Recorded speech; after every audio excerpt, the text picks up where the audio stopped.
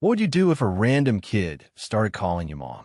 I was shopping at the grocery store late one evening with my 5-year-old daughter Emma. It had been a long day at work, and I was exhausted, but we needed food for the week. Emma was being surprisingly well-behaved, sitting in the cart and pointing out all the colorful fruits as we passed through the produce section. I promised her a small treat if she continued to be good, which kept her excited and cooperative. As we turned down the cereal aisle, I noticed a little boy, maybe 4 years old, standing alone and looking confused. I looked around for his parents, but didn't see anyone that seemed to be looking for him. I approached him gently and asked if he was lost. He nodded, his bottom lip quivering.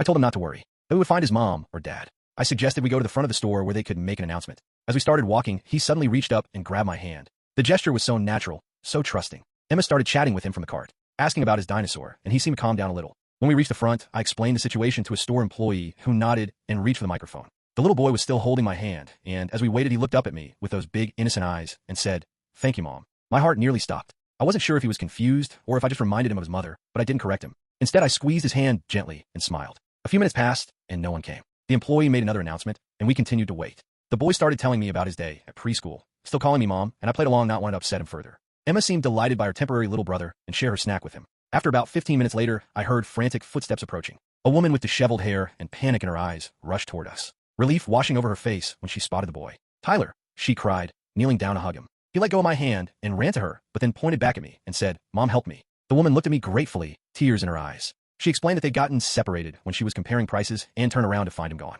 She thanked me profusely for keeping him safe. As they were about to leave, Tyler waved at me and said, "Bye, Mom." The woman's expression changed, and she looked at me questioningly. I explained that he had called me that while we waited, and I hadn't corrected him because he seemed so scared. She nodded slowly, then hesitated before saying, "Tyler's adoptive mother passed away 3 months ago. I'm his aunt. He's been living with me since then, but he still looks for his mom everywhere we go." I felt my chest tighten as she continued. "The therapist says it's part of his grief process. He sometimes latches onto women who remind him of her." I couldn't hold back my tears then. The thought of this little boy searching for his mother in the faces of strangers broke something inside me. After they left, Emma asked why I was crying. I tried to explain in terms a 5-year-old could understand about loss and missing people we love. That night, I couldn't sleep. I kept thinking about Tyler and how for a brief moment I had been the mom he was looking for. 2 weeks later, I was back at the same store when I heard someone call Mom. I turned automatically, and there was Tyler with his aunt, his face lighting up when he saw me. His aunt explained they shopped here regularly. We ended up exchanging numbers, and now Emma and I meet them at the park sometimes. Tyler still occasionally calls me Mom, and each time I still can't stop the tears from coming. Not because I'm sad, but because sometimes being someone's mom, even for a moment,